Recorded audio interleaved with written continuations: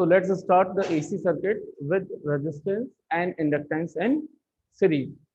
तो लेट्स ये देखिए यहाँ पर क्या मतलब है इसका। हमको दे रखा है एक ऐसा AC सर्किट जिसके अंदर रेजिस्टेंस एंड इंडक्टर ये दोनों कैसे अप्लाई कर रखे हैं सीरीज के अंदर। ये AC सोर्स हो गया, वोल्टेज सोर्स ये हो गई। सो जैसे अब इसके लिए आपको पूरी रिक्वायरमेंट है किस चीज की, इससे पहले की सारी नॉलेज की कि रेजिस्टेंस के अंदर किस तरह का हमने सिचुएशन देखी थी।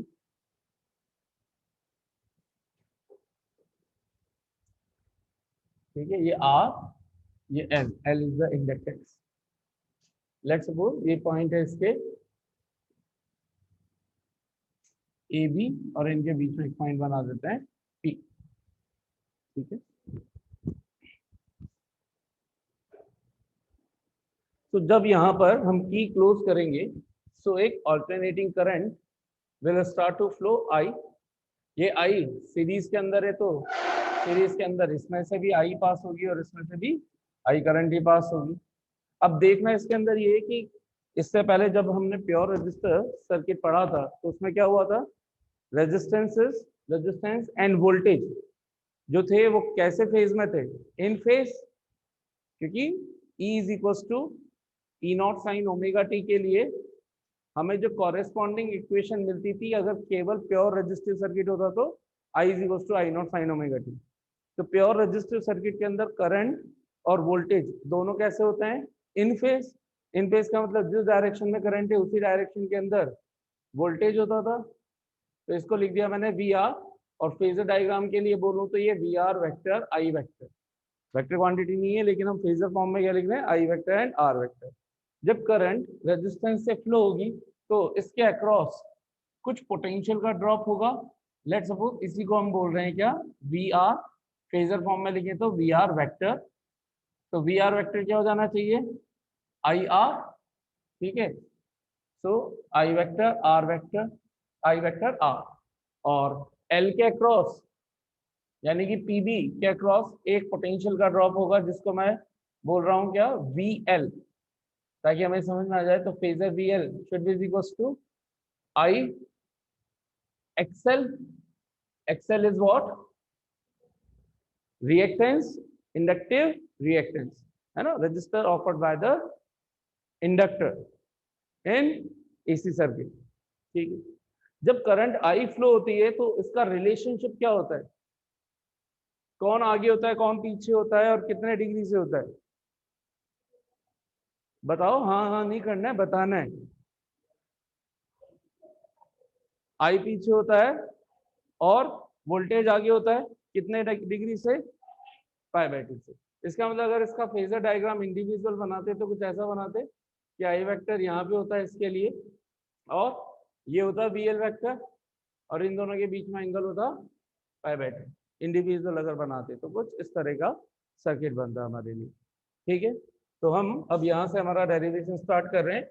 हमें चाहिए कि अगर R is the resistance of the register and L is the inductance, where the XL is the resistance offered by the L नहीं है रेजिस्टेंस, क्या है इंडक्टर का रेजिस्टेंस, XL, जिसको हम क्या बोलते हैं, रिएक्टेंस। तो there are two kind of resistor या रेजिस्टेंसेस, एक R और एक XL। तो हमें देखना है कि सर्किट का टोटल रेजिस्टेंस कितना होगा। ठीक है, और जब भी ये एलिमेंट्स कंबाइन हो जाएंगे तो उनसे बनने वाले रेजिस्टेंस को हम अलग नाम दे देंगे इम्पीडेंस। क्या नाम दे देंगे, इम्पीडेंस, और उसके लिए सिंबल देंगे Z। ठीक है, तो हम सबसे पहले डेरिवेशन स्टार्ट करें तो सबसे पहले लिखें स्टेप 1। हमारी स्टेप 1 क्या होती है, let the given AC voltage is, क्या होगा, E is equal to E not sine omega T. E दे रखा है E not sine omega T. ठीक है, अच्छा अब अगर मैं आपसे पूछूं फेजर की टर्म्स में, फेजर वेक्टर्स की टर्म्स में, तो बताइए step 2 here since phasor current I vector and VR vector are in same phase. So how I can write it? VR vector is equals to IR, equation number, sorry, 1 नहीं 2.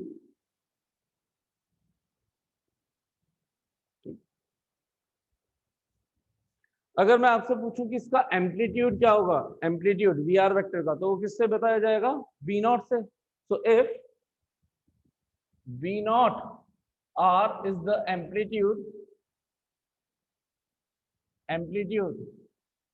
तो ये amplitude ही किसका काम करता है यहाँ पर? वेक्टर के मैग्नीट्यूड का. वी नॉट, और ये बताने के लिए क्योंकि दो अलग अलग निकलेंगे तो हमने एक को वी नॉट आर बोल देंगे और एक को हम वी नॉट एल बोल देंगे. ठीक है. So is the amplitude or magnitude of VR vector. Then what I can write? V naught R is equals to I naught into R. Equation number 3. ये हमने किसके लिए बात कर ली? रेजिस्टिव सर्किट के लिए, इसमें जो लगा हुआ है. Similarly step 3.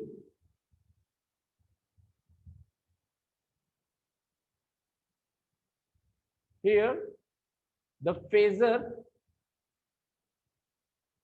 I vector and VL vector क्या रिलेशनशिप होता है? R perpendicular to each other where and कौन लीड कर रहा है? वोल्टेज इससे आगे कितने डिग्री से? 90 डिग्री से, π/2 से. And VL vector leads the current by π/2. Therefore, what we can write here? VL vector should be is equals to I vector XL, equation number 4. Clear. और अगर इसका एम्पलीट्यूड ले लिया जाए क्या? V not L. So if V not L is the amplitude या magnitude of VL vector. इसका क्या मतलब है? That is VR vector का अगर आप मैग्नीट्यूड दोगे तो क्या बोलेंगे? V naught R. ठीक है. इसी तरह से इसको क्या लिख सकता हूं? VL वेक्टर का मैग्नीट्यूड या एम्पलीट्यूड क्या होता है? इसकी maximum value V not L. Then VL क्या लिख सकते हैं हम? V not L I XL, equation number 5. Equation number 5 I not. ठीक है. क्योंकि अब यहाँ पर आई वेक्टर का भी तो मैग्नीट्यूड लोगे, तो आई वेक्टर का मैग्नीट्यूड क्या कहलाएगा? आई नॉट. जैसे VL वेक्टर का मैग्नीट्यूड V नॉट है. इतना समझ में आ गया यहाँ तक? ठीक है साहब. अब अगर हमने, क्योंकि यहाँ पर वोल्टेज और करंट को वेक्टर्स की फॉर्म में बता ही दिया है ना, तो यही इसकी सबसे अच्छी खास बात है कि यहाँ पर हम वेक्टर लॉ को भी अप्लाई कर सकते हैं.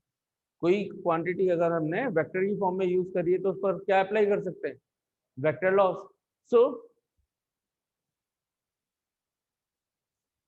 therefore step 4, net EMF या net AC voltage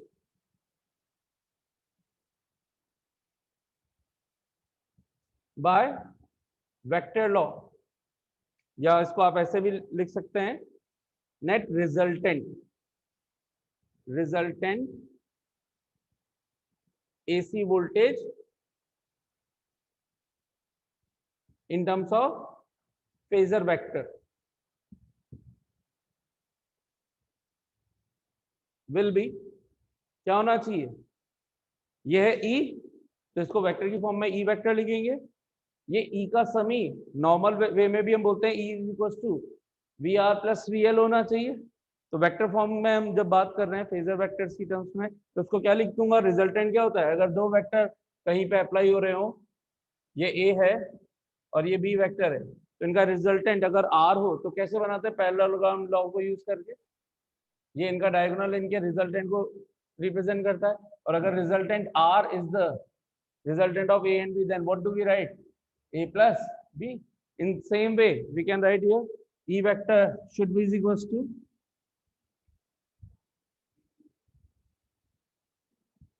vr vector plus vl vector, equation number 6। क्या यहाँ पर vr वेक्टर और vl vector both will be perpendicular to each other, क्योंकि ये i की डायरेक्शन में ही कौन चल रहा है, vr है ना, इस डायरेक्शन में, जबकि vl i से परपेंडिकुलर है, तो vr से भी क्या होगा, परपेंडिकुलर होगा। तो क्या मैं यहाँ पे लिख सकता हूँ where vr vector is perpendicular to vl vector.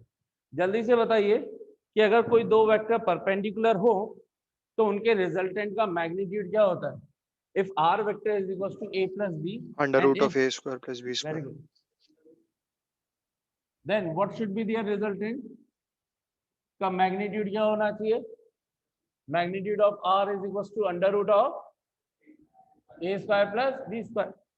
अगर उनके बीच में कोई एंगल 90 नहीं होता तो लिख देते 2ab cos थीटा, थीटा क्या है 90, तो cos 90 0, तो फिर क्या आता है, ये ठीक वैसे ही है जैसे एक्स आई कैप प्लस वाई जे कैप लिखते हैं हम, तो उसको उसका मैग्नीट्यूड क्या लिख देते हैं, under root X square plus Y square. तो अगर मैं पूछूं यहाँ पर therefore magnitude of E will be is equal to magnitude of V L का सॉरी वी आर का square plus magnitude of V L का स्क्वायर। मैग्नीट्यूड ऑफ ई तो रिप्रेजेंट करेगा ई नॉट को, और ये रिप्रेजेंट करेगा वी नॉट आर को, V not R square plus V not L square. Equation number 7, do we have the value of v naught r and v naught l? What is the value of v naught r, I naught r and I naught xl? Substitute the value, we get, so by कौन कौन सी 3 and 5, e naught will be is equals to under root of, ये है v naught r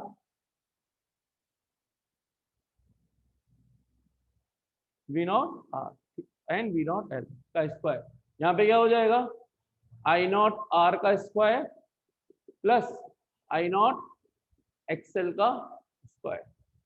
solve कर लें तो ये क्या हो जाएगा, आई नॉट स्क्वायर दोनों में common, R square plus XL square बाहर क्या आ जाएगा, I naught under root R square plus XL square. यहाँ पे भी कंपैरिजन से भी हमें समझ में आ रहा है E is equal to I R, तो आई नॉट के साथ जो भी क्वांटिटी है इट शुड बी रेजिस्टेंस, ठीक है। तो इक्वेशन नंबर 8, और ऐसे भी चेक कर सकते हो, I naught is equal to E naught upon R square plus XL square. Then the term under root r square plus xl square is the, क्या यही हमारा आई नॉट हमने ऑब्टेन कर ली, इस पूरे आई के रेस्पेक्ट में आई फेजर चल रहा होता तो उसकी मैग्नीट्यूड पीक वैल्यू हमने इस टर्म्स में ऑब्टेन कर ली। तो इसका मतलब यही इस पूरे सर्किट का क्या होना चाहिए, इफेक्टिव रेजिस्टेंस होना चाहिए।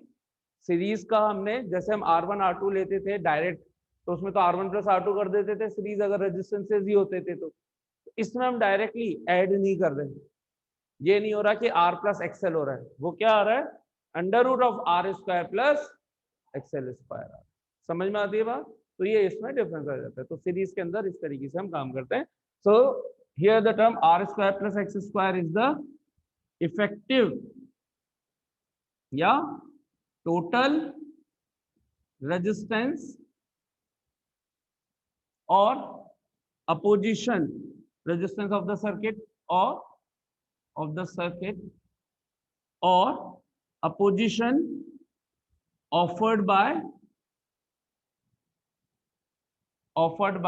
series components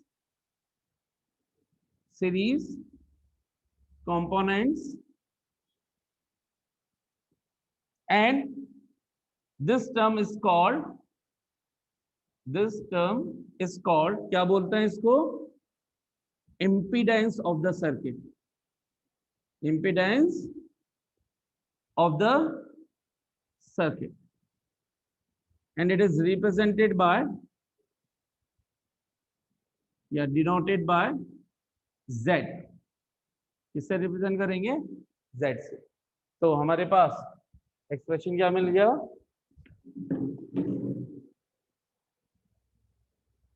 I not is equal to E not upon Z. Z क्या है, under root R square plus XL square, and where XL खुद क्या है, ओमेगा L या 2 पाई FL. क्लियर हो गया. अब इसका हमें बनाना है क्या, फेजर डायग्राम, है ना. अब इसका सिर्फ क्या बनाएंगे हम, फेजर डायग्राम. कॉम्प्लिकेटेड सर्किट आ गया, तो अब हम कॉम्प्लिकेटेड सर्किट को आसानी से किस चीज के लिए बना सकते हैं, फेजर डायग्राम के. तो देखिए यहाँ पर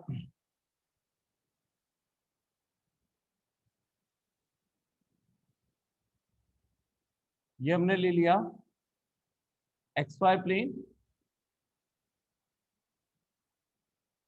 लेट सपोज शुरू में ही करंट को मैं थोड़ा सा आगे ले लेता हूँ, यानी कि स्टार्टिंग की जो हमारी नेट करंट है. अच्छा, अगर ये I नॉट ये है तो यहाँ से क्या मैं करंट भी बता सकता हूँ.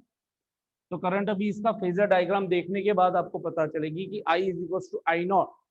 अब साइन क्या आएगा, I is equal to I naught sine omega T आएगा, omega T plus pi by 2 minus pi by 2 या कुछ और टर्म. तो उस कुछ और टर्म के लिए मैं पहले फेजर डायग्राम बना रहा हूँ जिससे हम आसानी से इसको चेक कर सकेंगे. ठीक है, तो ये मैंने बना दिया. लेट सपोज ये हमारी मेन करंट है, एसी करंट आई वेक्टर, जिसको हम फेजर वेक्टर आई वेक्टर से रिप्रेजेंट कर रहे हैं. आई वेक्टर है तो इसी जगह पर क्या होना चाहिए आपका, एक तरह से वी आर वेक्टर इसी के अलोंग चल रहा है. ठीक है, तो यहीं पर है आपका वी आर वेक्टर. इस वी आर वेक्टर से वीएल वेक्टर कितने डिग्री पर होना चाहिए,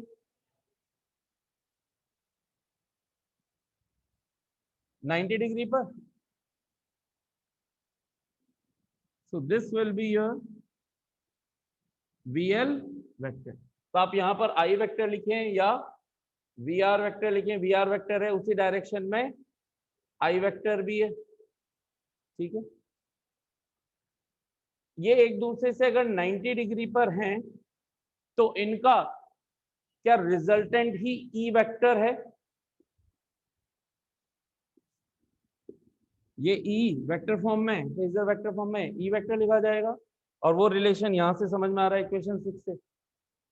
तो दो वेक्टर क्वांटिटीज का रिजल्टेंट इज ई वेक्टर. तो इसको फाइंड आउट कैसे करेंगे, by parallelogram law of vector addition. तो क्या ये इसका फेजर वेक्टर ई होना चाहिए, लेकिन ई वेक्टर क्या चल रहा था, E not sine omega T, E not sine omega T. इसका मतलब ये एक्स एक्सिस से कितने डिग्री का टोटल एंगल बनाएगा, एक्स एक्सिस से E not sine omega T, तो कितना एंगल बनाएगा, ओमेगा टी. तो ये एंगल है ओमेगा टी. ध्यान से समझिएगा अब एंगल्स को. ये टोटल एंगल है ओमेगा टी, और अगर मैं इसका एंगल आई से या वी आर वेक्टर से पूछना चाहूं, कैसे पूछना चाहूं, ये देखिए फिर से यहाँ पर ये ठीक वैसे है जैसे दो वेक्टर होते हैं, ये ए वेक्टर, इनका रिजल्टेंट हम आर वेक्टर ऐसे निकालते हैं. तो ए बी के खुद के बीच में तो एंगल है थीटा, लेकिन जब हम रिजल्टेंट पूछते हैं तो उसके बीच का एंगल फाई ले लेते हैं. किसका, रिजल्टेंट का किसी एक वेक्टर के साथ एंगल.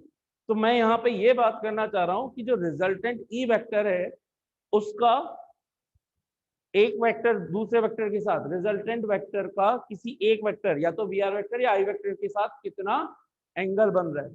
लेट्स सपोज ये एंगल बन रहा है फाई।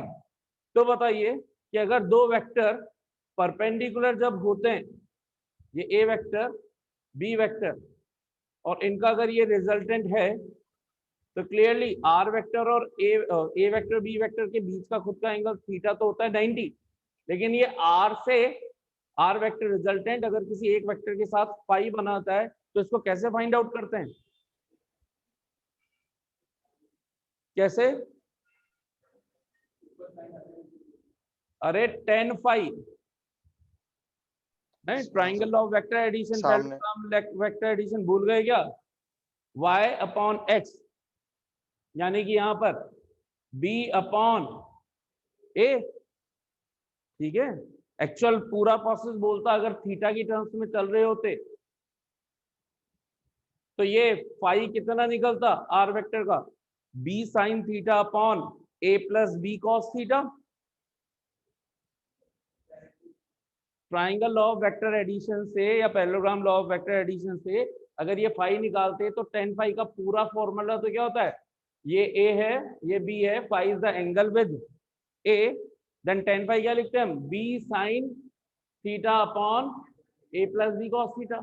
ये तो फुल फॉर्मूला होता है। और ये चीज, ये रिजल्ट तो डायरेक्ट आपको पता होना चाहिए कि अगर दो वेक्टर x और y, x आई कैप और y जे कैप, तो अगर आर वेक्टर जब हम लिखते हैं एक्स आई कैप वाई जे कैप, तो रिजल्टेंट का एक्स एक्सिस के साथ अगर एंगल अल्फा हो तो टेन अल्फा क्या लिखते हो आप? Y upon x.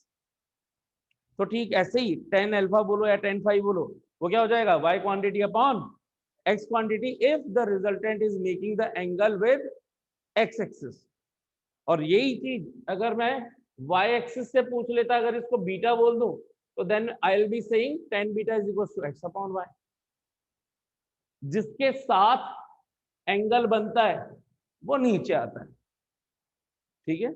Alpha x के साथ था इसलिए नीचे आ गया, बीटा y के साथ था इसलिए y नीचे आ गया, सिंपल सी बात है। तो यहां पे बता सकते हो मुझे कि what should be the tan phi? tan phi will be is equal to VL upon, अब ये मैग्नीट्यूड टर्म्स में चल रहा है, magnitude of VL upon R। VL का मैग्नीट्यूड क्या होता है? दिख रहा है ना?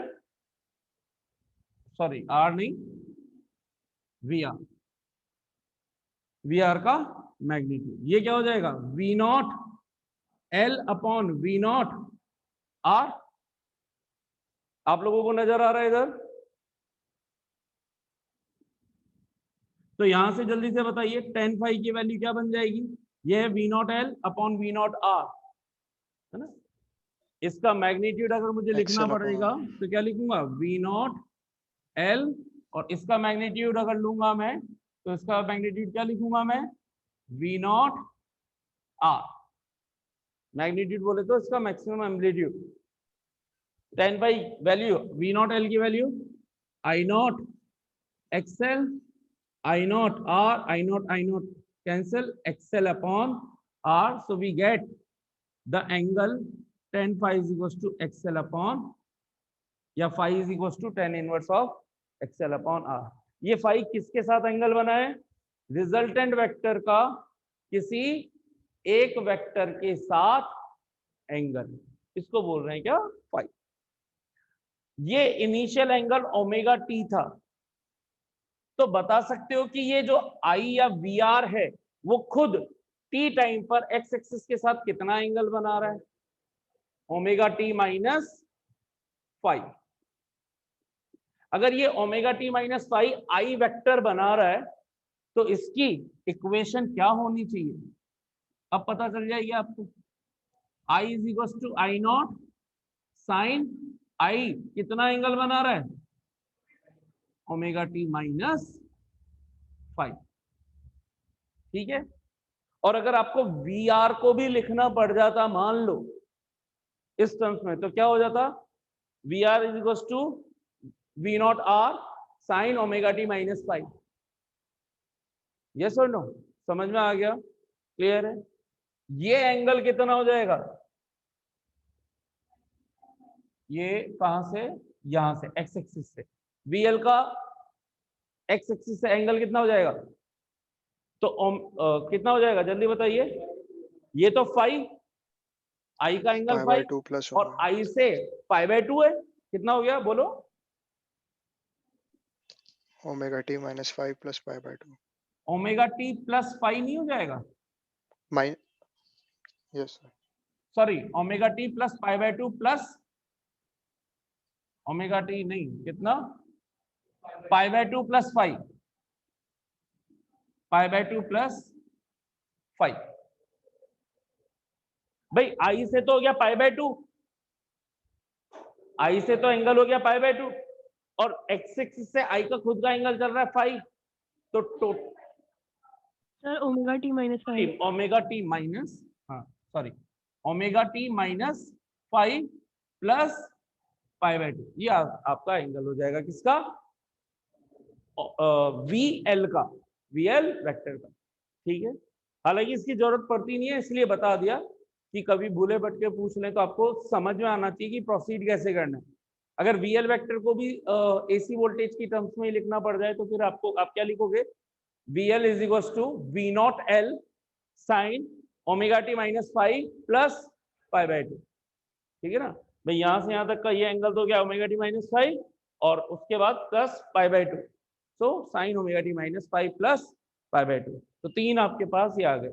This one is the resultant जो खुद मेन है। इसी के रेस्पेक्ट में आपकी मेन करंट फाइंड आउट हुई है। मेन करंट आई वेक्टर ही है, सीरीज में सेम रहेगी, तो आई वेक्टर इसी को फॉलो कर रही है, VR वेक्टर को। इसका एंगल बन रहा है ओमेगा टी माइनस 5, तो I is equal to I not sine omega T minus 5। This is the equation number 10 and this one is the equation number 11। और जहां पे आई नॉट की वैल्यू क्या है? E naught upon under root of R square plus XL square. तो सब कुछ हमने केवल वेक्टर फॉर्म के अंदर लेकर के पूरा प्रोसेस को हमने डील किया है। ठीक है, कितनों को समझ में आ गया साहब यहां तक? चलिए अब जल्दी से देखिए, ये चीज समझ में आ गई। मान लो मानने का क्या जाता है, इंडक्टेंस की जगह मैं लगा दूं कैपेसिटेंस।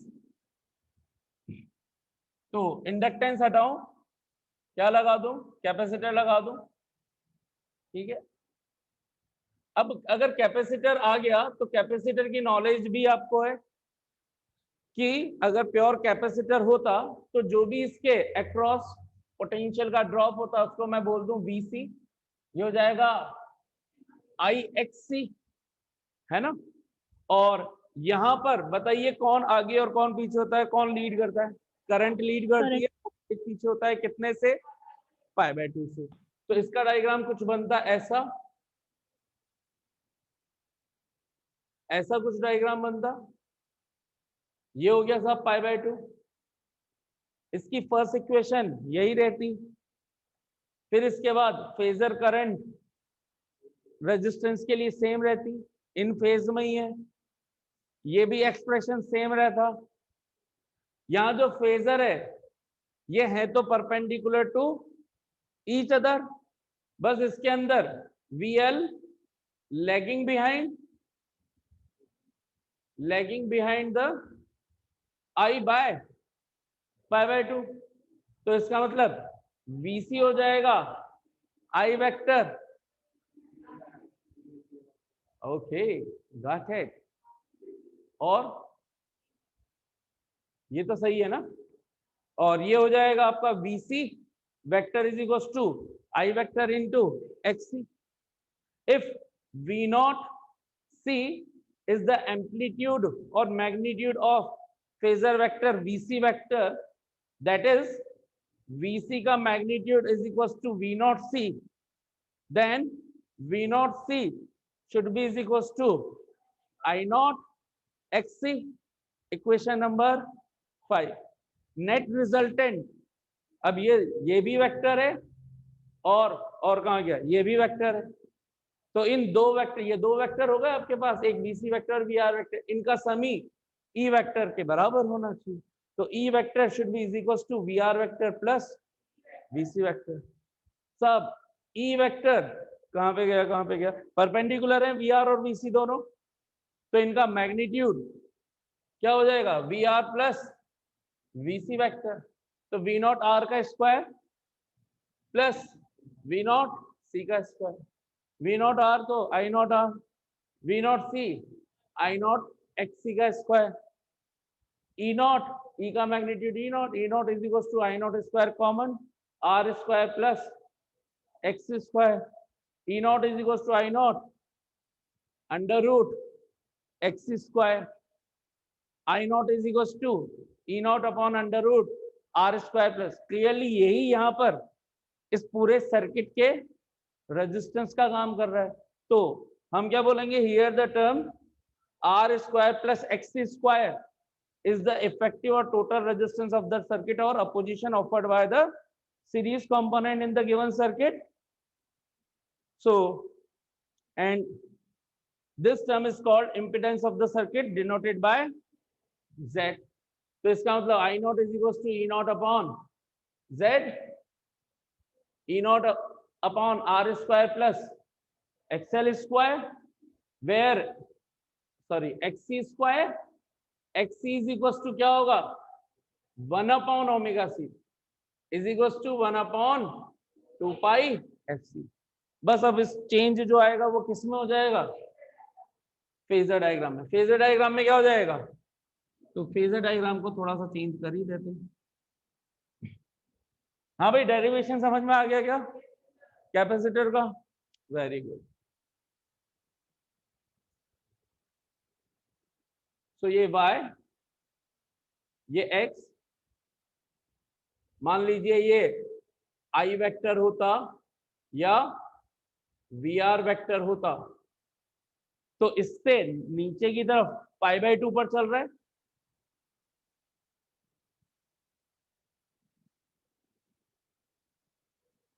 ये π/2 पर चल रहा है कौन,